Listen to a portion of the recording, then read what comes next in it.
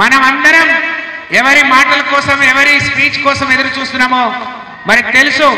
నేను ఒక గిరిజన శాఖ మంత్రిగా ఈ నియోజకవర్గాన్ని సోదరిమణి హరిప్రియ గారి ద్వారా మరి అన్ని తండాలకు అన్ని గుడాలకు ఆ రోజు రహదారులు ఇవ్వటం కానీ లేకపోతే మన గిరిజన బిడ్డలకు వాళ్ళు అన్ని మంచి మార్గంలో రావాలి అంటే ఆ రోజున ఆర్ఎస్ ప్రవీణ్ కుమార్ గారి మరి ముఖ్యమంత్రి గారి సహకారంతో గిరిజనులకు తెలంగాణ రాకముందు 270 గురుకుల పాఠశాలలు ఉంటే కేసీఆర్ వచ్చిన 10 ఏళ్లలో 1000 పాఠశాలలు మనం పెంచుకున్నాం. గిరిజనుల రిజర్వేషన్ పెంచుకున్నాం. గిరిజనులకు అత్యధికంగా పోడు భూములు ఇచ్చుకున్నాం. అలాగే ప్రతి కుటుంబం సంతోషంగా ఉండాలని ఇదే కాంగ్రెస్ ఆ రోజు 200 ఇచ్చిన పెన్షన్ 2000 చేసుకున్నాం. పేరింటి ఆడబిడ్డకు 1,116 కళ్యాణ లక్ష్మి ఇచ్చుకున్నాం. ఈ రోజు చెప్పుకుంటా పోతే మన పక్కనే ఉన్న మానకోటలో మెడికల్ కాలేజ్, ఇటు పక్కన కొత్తగూడెం మెడికల్ కాలేజ్, అటు ఖమ్మంలో మెడికల్ కాలేజ్. ఎప్పుడైనా ఇలాంటి అభివృద్ధి చూసామా? 10 ఏళ్ల ముందు ఈ బొగ్గుట ఎట్లుండే ఈరోజు కేసీఆర్ పాలన కేటీఆర్ గారి సహకారంతో ఏ విధంగా అయిందో మీ కళ్ళ ముందుంది, ప్రత్యక్షంగా మనం చూస్తా ఉన్నాం. కాబట్టి జరిగే ఎన్నికల్లో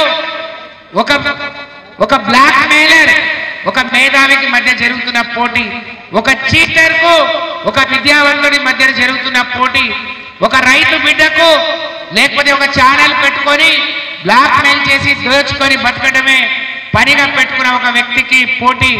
కాబట్టి ఎవరు ఉండాలి, ఎవరు ఉండి మన గురించి ప్రశ్నిస్తారు, ఎవరు మన ప్రయోజనాలు కాపాడతారో మరి మీకు చెప్పాల్సినంత పెద్ద మరి కాదు. ఎందుకంటే మీరే మేధావులు, విద్యావంతులు. ఈరోజు చిన్న ఉద్యోగం నుంచి నేను సర్పంచ్గా మొదలుపెట్టి పనిచేశాను.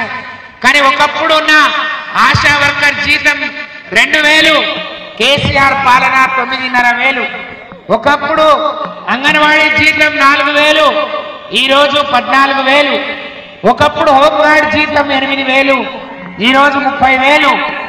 ఈరోజు ఒక కాంట్రాక్ట్ అవుట్ సోర్సింగ్ ఉద్యోగస్తులకు కూడా 30% ఫిట్మెంట్ ను పిఆర్సీని ఇచ్చి పేదవాళ్ళను కూడా చిన్న ఉద్యోగులను కూడా ఆదుకున్న ఘనత కేసీఆర్ గారు అనే విషయాన్ని మీరందరూ గుర్తించుకోవాలని మిమ్మల్ని అందరినీ విజ్ఞప్తి చేస్తూ ఈ ఎన్నికల్లో గుర్తుండదు 3వ నంబర్ దగ్గర రాకేష్ రెడ్డి గారి నంబర్ వస్తుంది. 1వ నంబర్ కింద మీరు రాకేష్ రెడ్డి గారి పక్కన 1వ నంబర్ వేయాలని పని చేసి ఈరోజు మిమ్మల్ని అడిగే హక్కు మాకుంది. తప్పకుండా ఈ 10 ఏళ్లలో ఇళ్లను అన్ని రంగాల్లో అభివృద్ధి చేసినాం.